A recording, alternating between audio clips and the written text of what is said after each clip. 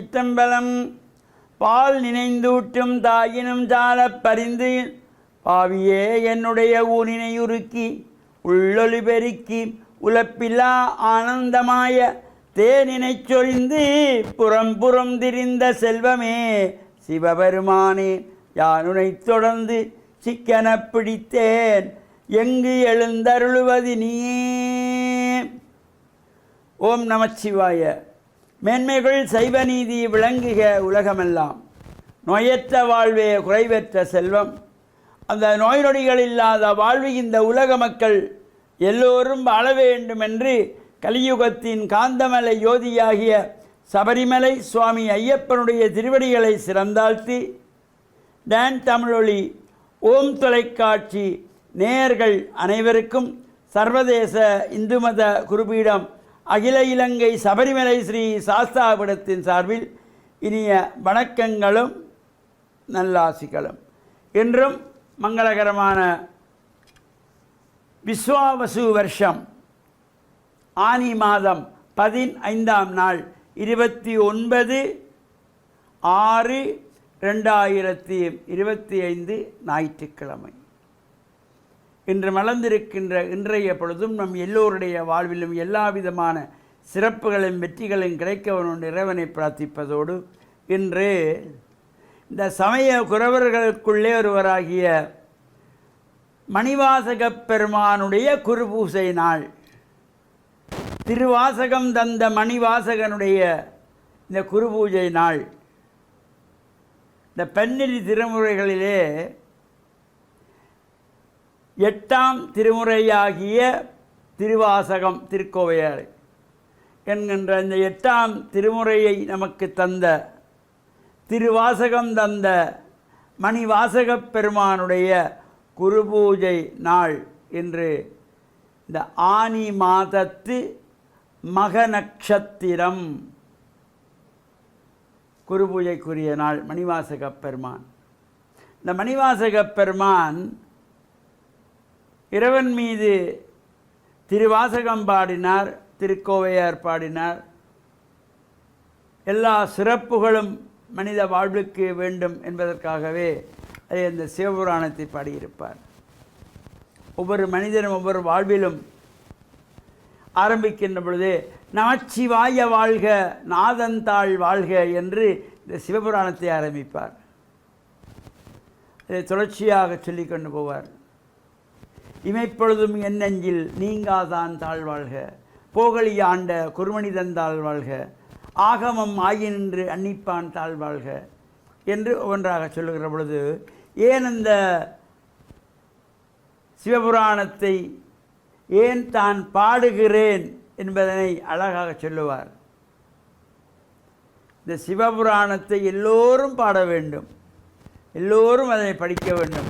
அதனால தான் இந்த முன்னைய காலங்களெல்லாம் பாடசாலைகளிலே இதை காலையிலே எல்லோருமாக மாணவர்கள் எல்லோரும் சேர்ந்து படிக்கின்ற வகையிலே இந்த சிவபுராணத்தை எல்லாம் ஓதுவார்கள். அவ்வாறு செய்யப்படுகின்ற பொழுது இந்த சிவபுராணத்தை ஓதுவதினாலே என்ன பயன், சிவபுராணத்தை ஏன் நான் ஓதுகிறேன் ஓதினேன் என்று மணிவாசகப் பெருமானே சொல்லுவார். சிந்தை மகிழ சிவபுராணம் தன்னை, சிந்தை மகிழ சிவபுராணம் தன்னை முந்தை வினை முழுதும் ஓய உரைப்பன் யான். எவ்வளவு அழகாக சொல்லுகிறார் பாருங்க. சிந்தை மகிழ்வதற்கு சிவபுராணத்தை, சிந்தை மகிழ சிவபுராணம் தன்னை முந்தை வினை, போன ஜென்மத்திலே செய்த வினைகள் பாவங்கள் எல்லாம் ஓய்வதற்காக இந்த சிவபுராணத்தை ஓதுகிறேன், சிவபுராணத்தை நான் பாடினேன் என்று மணிவாசகப் பெருமானே சொல்லுவார். சிந்தை மகிழ சிவபுராணம் தன்னை முந்தை வினை முழுதும் ஓய உரைப்பனியான், போன பிறப்பிலே செய்த பாவங்கள் வினைகள் இவையெல்லாம் ஓய்ந்து விடுவதற்கு, சிந்தை மகிழ்வதற்கு, இந்த சித்தம் மகிழ்வதற்கு சிவபுராணத்தை பாராயணம் செய்கிறேன் என்று மணிவாசகர் சொல்லுவார். எனவே நாமும் இந்த சிவபுராணத்தை பாராயணம் செய்வதும் இந்த மணிவாசகப் பெருமானுடைய குருபூஜை நாளிலே பாடசாலைகள் கல்லூரிகளிலே குருபூஜை வழிபாடுகள் செய்வதும், அதேபோல் அகில இலங்கை சபரிமலை சாஸ்தாவிடத்திலே கடந்த 45 ஆண்டுகளாக இந்த மணிவாசக பெருமானுடைய குருபூஜை நடைபெற்று வருவது, பாடசாலை மாணவ செல்வங்கள் எல்லாம் அதில் கலந்து கொள்வதோடு பூஜை வழிபாட்டில் குருபூஜையில் கலந்து கொள்கின்ற மாணவ மாணவிகளுக்கு கற்கை உபகரணங்கள் அன்பளிப்பாக வழங்கப்பட்டு பிரசாதங்களும் ராப்போசன விருந்தும் வழங்குகின்ற வகையிலே சபரிமலை சாஸ்தாவிடத்திலே இந்த மணிவாசக பெருமானுடைய குருபூஜை வெகு சிறப்பாக நடைபெறுவதற்கு திருவள்ளுவர் கூட்டியிருக்கின்றது. அனைவருக்கும் இறையருள் கிடைக்க வேண்டும் என்று பிரார்த்தித்து, டான் தமிழொலி ஓம் தொலைக்காட்சி நேயர்கள் அனைவருக்கும் சர்வதேச இந்து மத குருபீடம் அகில இலங்கை சபரிமலை ஸ்ரீ சாஸ்தாவிடத்தின் சார்பில் நல்ல ஆசிகளை கூறிக்கொள்வதில் மனமகிழ்வு கொள்கிறோம். சர்வே ஜனாஹாம் சிகினோ பவந்து சமஸ்தசன் மங்களானி சந்து சுபம்.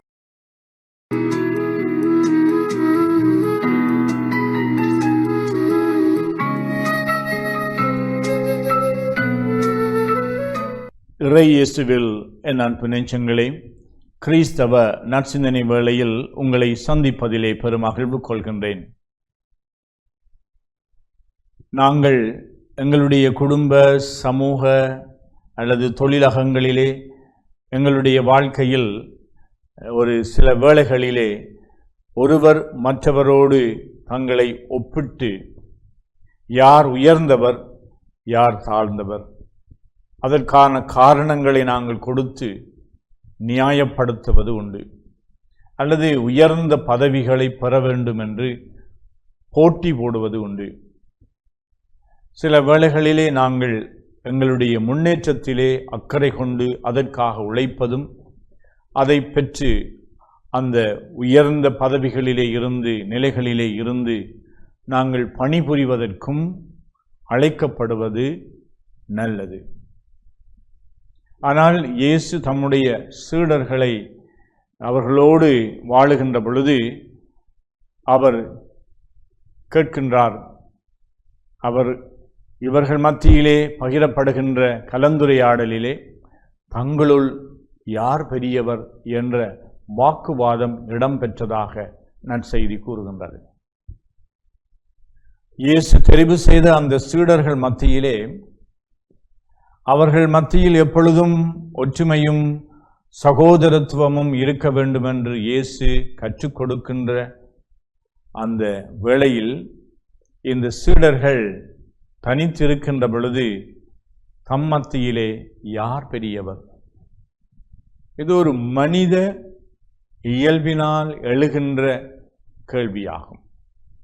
எப்பொழுதும் மனிதர்களாகிய நாங்கள் எந்த நாட்டிலே வாழ்ந்தாலும் எந்த சமூகத்தை சார்ந்திருந்தாலும் அந்த ஒன்று கூடுகள் மத்தியிலே யார் பெரியவர் என்று கேட்கின்றது யார் பெரியவராக வர விருப்பம் உள்ளவர் என்பதை எடுத்து காட்டுகின்றது. பெரியவராக வர வேண்டுமென்ற விருப்பம் நல்லது. ஆனால் அந்த பெரியவராக வர வேண்டும் என்பதற்காக மற்றவர்களை நாங்கள் எப்படி நடாத்துகின்றோம்? அதுதான் கேள்வி. அதனால் இயேசு ஒரு அழகான முறையிலே அவர்களுக்கு போதனை செய்கின்றார். சிறுவர்களை அவர் வரவழைத்து, இந்த சிறுவர் ஒருவரை நீங்கள் ஏற்றுக்கொண்டால் என்னை ஏற்றுக்கொள்ளுகின்றீர்கள். நீங்கள் இந்த சிறுவர் போல உங்களுடைய வாழ்க்கையை நடாத்த வேண்டும் என்று சொல்லிக் கொடுக்கின்றார். இங்கே ஒரு சிறுவன் அல்லது சிறுமியை இயேசு உதாரணமாக கொடுப்பது அவர்களுடைய உள்ளத்தினுடைய தூய்மையை எடுத்து காட்டுகின்றது. அவர்கள் எப்பொழுதும் அவர்கள் மன தூய்மை கொண்டவர்களாக இருக்க மாட்டார்கள். வளர வளரத்தான் எங்களுடைய மனங்களிலே குற்ற உணர்வுகளும் குரோதங்களும் கோபங்களும் பொறாமைகளும் எரிச்சல்களும் எங்களோடு கூடவே வளருவதை நாங்கள் பார்க்கின்றோம். அதனாலே இந்த சிறுவர்கள் என்று சொல்லுகின்ற பொழுது இயேசு தம்மை ஒரு சிறுவன் சிறுமியனுடைய அந்த நிலைக்கு தாழ்த்துகின்றார்.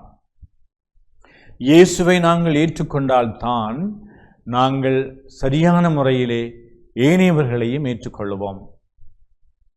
அவர்கள் எப்படிப்பட்ட மனநிலையோடு இருக்க வேண்டும் என்றால், சிறுவர் சிறுமியர்களாக தூய்மையான மனதோடு இருக்க வேண்டும். உங்களில் பெரியவர் உங்களுடைய ஊழியனாக இருக்கட்டும் என்று சொல்லிக் கொடுக்கின்றார். நான் உங்களுடைய குருவாக இருக்கின்றேன், நான் உங்களுடைய பாதங்களை கழுவுவதற்கு தயாராக இருக்கின்றேன். குனிந்து தன்னை தாழ்த்தி அவர்களுடைய பாதங்களுக்கு அண்மையிலே சென்று அவர் கழுவுகின்றார். இயேசு சொல்லிக் கொடுக்கின்ற பாடம், அதிகாரத்தில் இருப்பவர்கள் சேவை செய்ய வேண்டும் என்பதற்காக. ஒருவருக்கு பொறுப்பு கொடுப்பது அவர் அடுத்தவர்களுக்கு பணியாற்ற வேண்டும் என்பதற்காக. அதனால இந்த நாட்களிலே நாங்கள் பார்க்கின்றோம், அரசியல் ரீதியாகவோ சமூக ரீதியாகவோ ஈவன் சமய ரீதியாக கூட இந்த அதிகாரத்திலே இருக்க விரும்புகின்றவர்கள், அவர்கள் தங்களுடைய அதிகாரத்தினுடைய ஆணவத்திலே அவர்கள் இருக்க விரும்புகின்றார்கள். தங்களுடைய அதிகாரத்தை அவர்கள் தக்க வைக்க விரும்புவது என்னத்துக்கென்றால், அதனூடாக அவர்களுடைய வாழ்க்கையில் தாங்கள் பெரியவர்கள் என்று நிரூபிப்பதற்காக, அடுத்தவர்களிலும் பார்க்க தாங்கள் நல்லவர்கள் அல்லது உயர்ந்தவர்கள் என்று சொல்லி நிரூபிக்க வேண்டிய அவசியமில்லை. இந்த அதிகாரத்திலே இருப்பவர்கள் தங்களை தாழ்த்தி இயேசு எவ்வாறு சொல்லிக் கொடுத்தாரோ அவர்கள் அதை போன்று அவர்கள் தங்களை தாழ்த்தி அடுத்தவர்களுடைய பாதம் கழுவும் அளவிற்கு தங்களுடைய வாழ்க்கையில் அவர்கள் சேவை செய்ய வேண்டும். அதனுடைய பலன் அவர்கள் தங்களுடைய உள்ளத்திலே நிறைந்த மகிழ்ச்சியை கொள்ளுவார்கள். ஒருவர் தன்னை தாழ்த்துவதனாலே ஒரு நாளும் அவருடைய உள்ளத்திலே குற்றம் அல்லது பாவம் அணுகாது. தன்னை தாழ்த்துவதனாலே அவர் உயர்த்தப்படுவார். இறைவனுடைய சன்னிதானத்திலே அவருடைய கண்களுக்கு இவர்கள் மிகவே உயர்ந்தவர்களாக கருதப்படுவார்கள். பல பெரியார்கள் அரசியல் ரீதியாகவோ சமூக ரீதியாகவோ சமய ரீதியாகவோ அவர்கள் பெரியவர்கள் உயர்ந்தவர்கள் என்று மதிக்கப்படுகின்றவர்கள் தங்களுடைய வாழ்க்கையிலே அவர்கள் தங்களை தாழ்த்தி பணி செய்த தியாக உணர்வோடு தாழ்ச்சி என்ற உணர்வோடு அவர்கள் வாழ்ந்தவர்கள்தான். இதைத்தான் சமூகம் பாராட்டுகின்றது, சமூகம் இனம் கண்டு கொள்ளுகின்றது, சமூகம் அவர்களை போற்றுகின்றது. அவர்கள் உண்மையான தலைவர்கள், வழிகாட்டிகள், உயர்ந்தவர்கள் என்று சொல்லிக் கொடுக்கின்றது. அதனால் எங்களுடைய கிறிஸ்தவ வாழ்வில் கிறிஸ்து எங்கள் ஒவ்வொருவரையும் அழைக்கின்றார். ஏதோ ஒரு விதத்திலே நாங்கள் பெரியவர்களாக இருக்க வேண்டும் என்பதற்காக, உயர்ந்தவர்களாக இருக்க வேண்டும் என்றுதான் இயேசு அழைக்கின்றார். மாண்புள்ளவர்களாக இருக்க வேண்டும் என்றுதான் இயேசு அழைக்கின்றார். எங்களை அழிக்க வேண்டும், எங்களை தாழ்த்த வேண்டும், எங்களை உடைக்க வேண்டும் என்பதற்காக அல்ல, எங்களை உயர்த்தி வைக்க வேண்டும் என்று விரும்புகின்றார். ஆனால் எங்களுடைய உள்ளம் ஆண்டவருடைய சன்னிதானத்திலே எங்களை நாங்கள் தாழ்த்த வேண்டும். எங்களை அடுத்தவர்களுக்கு அன்புக்கு அடிமை என்று சொல்வார். உண்மையாகவே நாங்கள் அடுத்தவர்களை அன்பு செய்தால் அவர்களை நாங்கள் ஒருபொழுதும் பாவிக்க மாட்டோம், அவர்களை பொருட்களாக பாவிக்க மாட்டோம், அவர்களை துர்பிரயோகம் செய்ய மாட்டோம், அவர்களுடைய மாண்பை நாங்கள் கெடுக்க மாட்டோம். அவர்களை நாங்கள் உண்மையாகவே அன்பு செய்தால் அவர்களை தட்டி கொடுப்போம், பாராட்டுவோம், அவர்களுக்கு பணியாற்றுவோம். இத்தகைய தலைமைத்துவத்தை தாங்குகின்ற மனிதர்களாக நாங்கள் ஒவ்வொருவரும் உருவாகுவதற்கும் வாழ்வதற்கும் திகழ்வதற்கும் இறைவன் இந்த நாளிலே எங்களுக்கு அருள் கூற வேண்டும் என்று மன்றாடுவோமாக. ஆமென்.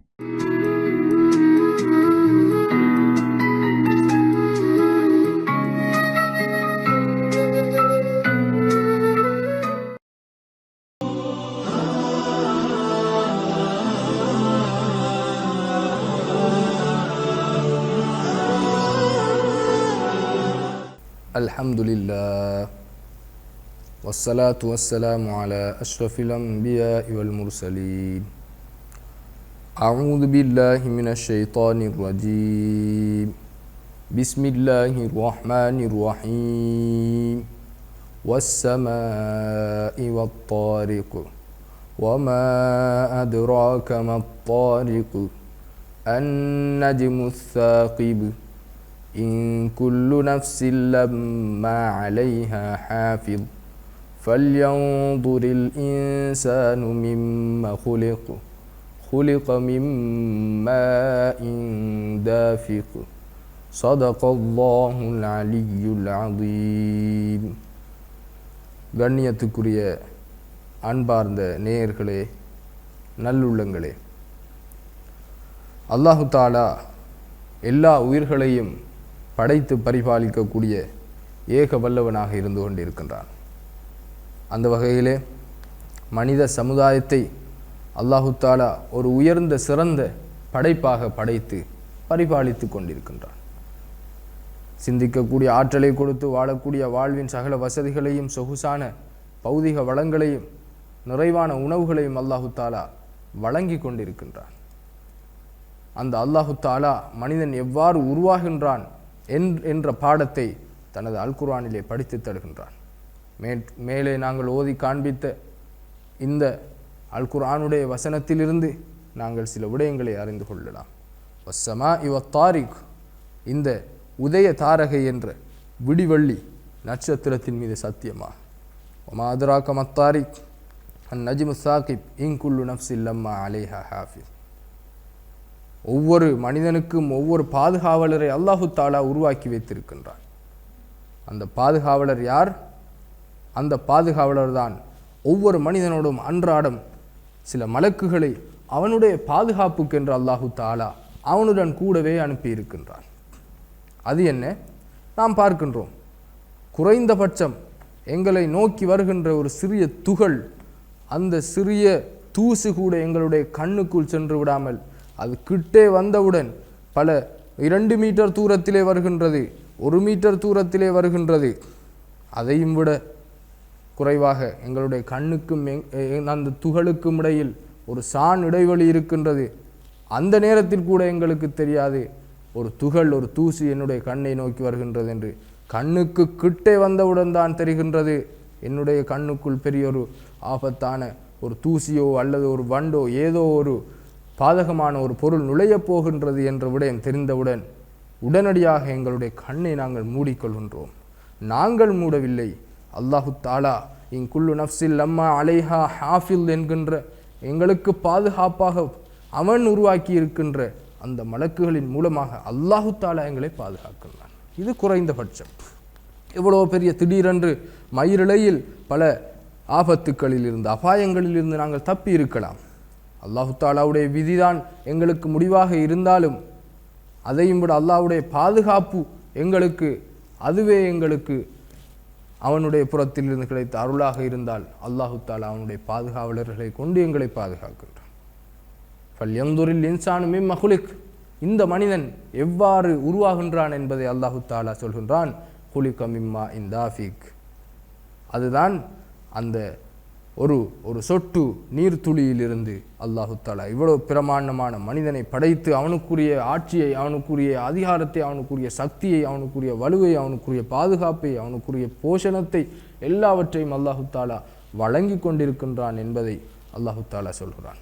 யஹ்ருஜு மின் பைனி சுல்பி வத்தராயிப், ஆண்களுடைய முதுகந்தண்டிலிருந்தும் பெண்களுடைய மார்பக பகுதியிலிருந்தும் வெளியாகின்ற அந்த நீரிலிருந்து அல்லாஹு தாலா படைத்திருக்கின்ற படைப்பாற்றல் எத்தகையது சகோதரர்களே!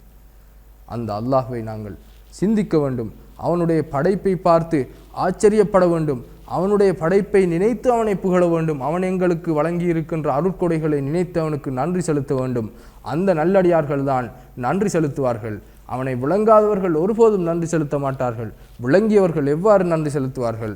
ரப்பனா மா ஹலக்த ஹாதா பாத்திலா சுப்ஹானக ஃபக்கினா அஸாபன்னார், எங்களுடைய இறைவனே, இவற்றை எல்லாம் நீ வீணுக்காக படைக்கவில்லை, எங்களை நீயே பாதுகாப்பாயாக, அந்த நரகின் கொடுமையிலிருந்து எங்களை பாதுகாப்பாயாக, நீயே தூய்மையானவன் என்று பிரார்த்தனை செய்வார்கள். எனவே இப்படியாப்பட்ட நல்ல விடயங்களை நாங்கள் அறிந்து வாழ்வில் செயற்படுத்த எல்லாம் வல்ல அல்லாஹு தாலா நம் அனைவருக்கும் அருள் புரிவானாக. ஆகிரு தஅவானா அல்ஹம்துலில்லாஹி ரப்பில் ஆலமீன். வஸ்ஸலாமு அலைக்கும் வரஹ்மத்துல்லாஹி வபரகாத்துஹு.